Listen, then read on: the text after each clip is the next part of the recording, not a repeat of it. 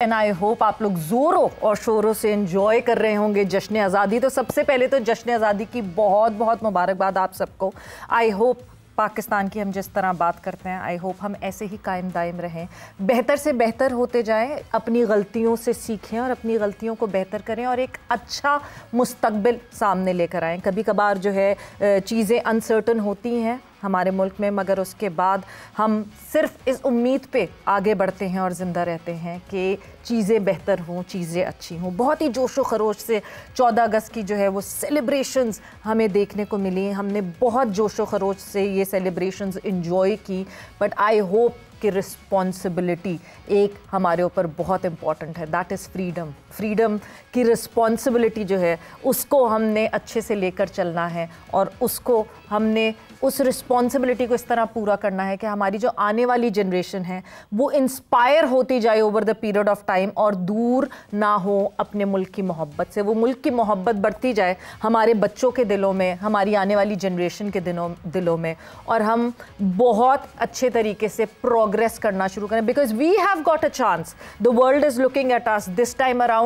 जो जोश व जज्बा है वो ज़्यादा है इस 14 अगस्त का, वो इस वजह से बिकॉज हमने पूरी दुनिया की अटेंशन अपनी तरफ की हुई है, और जब अपनी तरफ की है तो this is the right time जिस वक्त हम अपनी प्रोग्रेशन को फिर से शुरू कर सकते हैं और बेहतर कर सकते हैं। इसी दुआ के साथ कि हम बेहतर से बेहतर होते जाएं, शुरुआत करते हैं अपने शो की। मैं हूं सवेरा पाशा और मेरे साथ स्टूडियोज़ में मौजूद हैं हाफिज़ इमरान एंड राय अज़लान। अस्सलाम वालेकुम and welcome to the show. वालेकुम अस्सलाम, थैंक यू सलाम, बहुत शुक्रिया। सो सबसे पहले तो आप लोगों को भी जश्न आज़ादी मुबारक हो।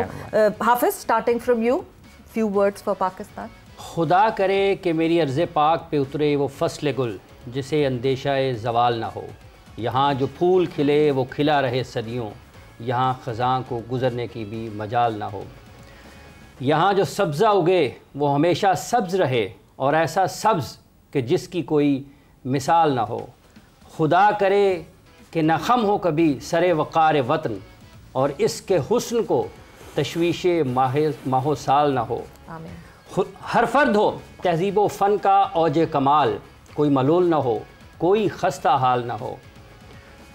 खुदा करे कि मेरे एक भी हम वतन के लिए हयात जुर्म ना हो, ज़िंदगी वबाल ना हो। ये कासमी साहब ने लिखा था, और इसके साथ वारसी साहब ने लिखा कि जब अपना काफ़िला अज़्मो यकीन से निकलेगा, जहाँ से चाहेंगे रास्ता वहीं से निकलेगा। और फिर फराज साहब ने लिखा कि शिकवाए ज़ुल्मत शब से तो कहीं बेहतर था अपने हिस्से की कोई शम्मा जलाते जाते। और जिस तरह से सवेरा आपने बात की है कि ये अगली नस्लों तक एक पैगाम जाना है यौम आज़ादी का, ये वतन जिस जगह पर और जिस जगह पर आज मैं बैठा हूँ, राय बैठे हैं, आप तशरीफ़ फरमा है, 14 अगस्त 1947 को यहाँ पर कुछ नहीं होगा। और आज हम इस सरज़मीन पर जिसके सब्ज़ हिलाली परचम की वजह से दुनिया में हमारी शनाख्त है, इसकी बुनियादों में हमारे बुज़ुर्गों का लहू है, खून है।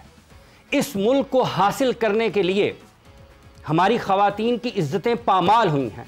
इस मुल्क को हासिल करने के लिए हमारे मासूम बच्चों को नेज़ों पर लहराया गया है।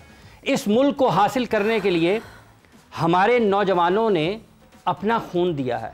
आज हमारी ये ज़िम्मेदारी है कि हम अपने इर्द गिर्द नज़र दौड़ाएं, अपने आने वाले बच्चों को बताएं और इस मुल्क के लिए अपनी अपनी हैसियत में जहां पर जो कर सकते हैं वो करते रहें।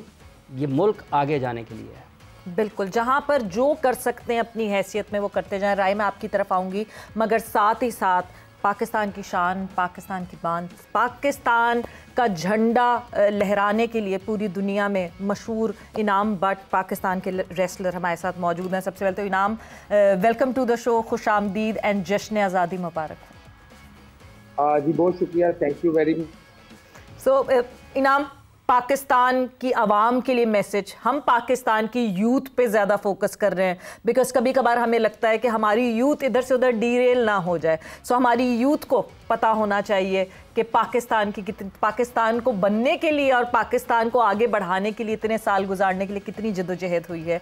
आपका मैसेज हमारी आवाम के लिए। जी बिल्कुल, मेरा यही मैसेज है कि हमें हर तरह अपने मुल्क के लिए सबसे पहले तो हमें इस चीज़ की खुशी है बहुत ज़्यादा कि अल्लाह ताला ने हमें एक आज़ाद मुल्क दिया और हम अपनी ज़िंदगी अपनी मर्जी के मुताबिक गुजार रहे हैं। अल्हम्दुलिल्लाह पूरी दुनिया में पाकिस्तान का नाम रोशन कर रहे हैं।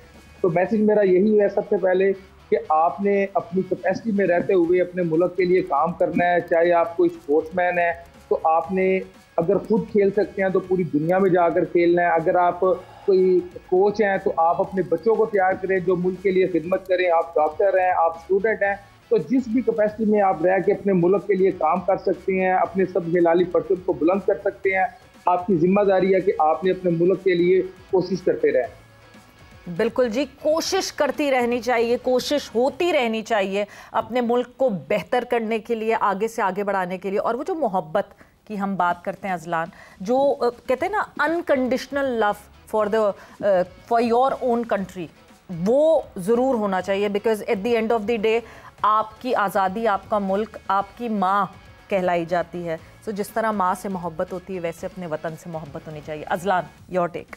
देखिए, हाफिज साहब ने बड़े अच्छे इशार कहे। काश मुझे भी शेर याद रहते, बिकॉज़ अगर मुझे शेर याद रह जाए। I was waiting for that. मुझे तो लगा था अभी कोई मुशायरे वाला माहौल होने वाला है। शेर याद नहीं रहते, याद रह जाए तो फिर वो शेर नहीं रहते।